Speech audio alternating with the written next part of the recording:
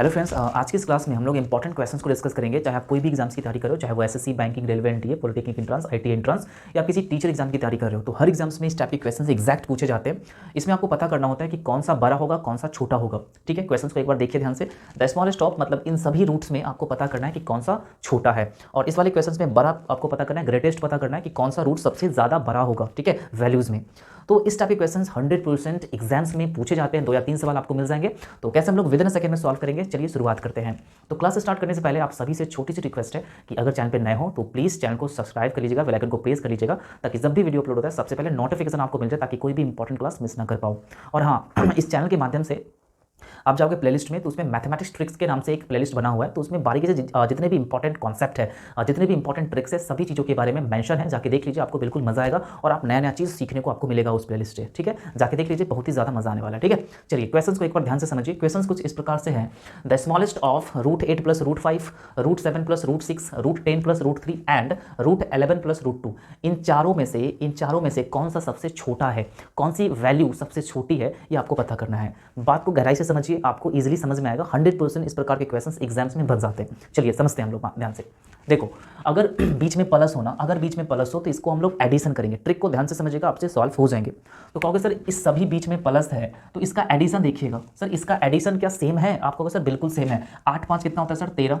यहाँ भी 7 6 कितना होता है? 13। 10 3 कितना होता है सर? 13।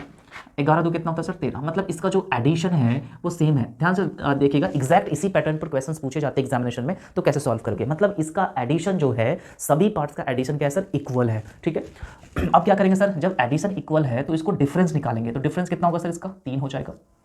इसका डिफरेंस कितना होगा सर? इसका डिफरेंस हो जाएगा सर 1। और इसका डिफरेंस कितना होगा सर? इसका डिफरेंस हो जाएगा 7। और इसका डिफरेंस कितना होगा सर? 9। इसका डिफरेंस कितना होगा सर? 9 हो जाएगा। ओके, चलिए।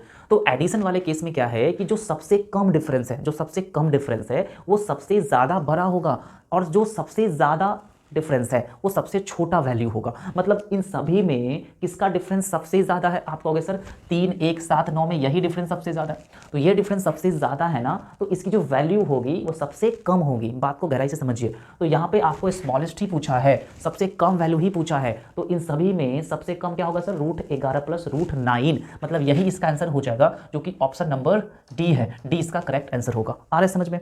कहीं से भी कोई प्रॉब्लम है? तो ये होगा सबसे छोटा। ठीक है, डिफरेंस बड़ा, वैल्यू छोटा। ध्यान रखिएगा, ये सबसे बड़ा होगा, इसके बाद ये होगा, इसके बाद ये होगा, इसके बाद ये बड़ा होगा, और सबसे बड़ा इसमें ये हो जाएगा। बात को गहराई समझिए। ठीक है, एक बार और क्वेश्चन को सॉल्व कीजिए। प्लस वाला ही क्वेश्चन में सॉल्व कीजिए। कहते हैं सर ये प्लस वाला केस है सर।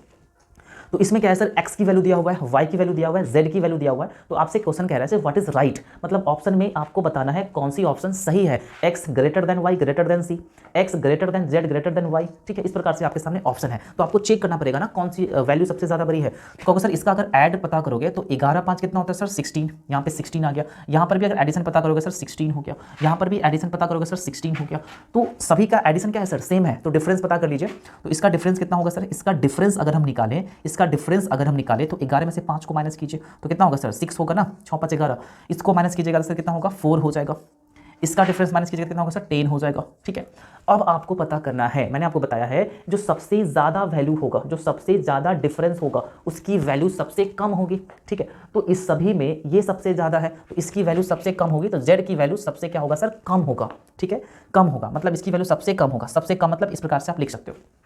जेड से बड़ा कौन होगा सर? जेड से बड़ा ये 6 वाला होगा। जेड से बड़ा ये 6 वाला होगा, मतलब x होगा। और सबसे बड़ा कौन होगा सर? ये y, क्योंकि ये सबसे कम डिफरेंस है तो y। तो ये इसका आंसर हो जाएगा y is greater than x is greater than z। कौन सा ऑप्शन है sir? D. D is the correct option.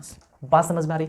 इस प्रकार से आप सॉल्व कर पाओगे विद इन अ सेकंड में। ठीक है, तो आप देख लीजिए माइनस वाला साइन। तो माइनस में क्या करना है कि माइनस में आप अगर इसको ऐड करोगे तो सेम नहीं आता है। देखो 7 5 12 5 3 8।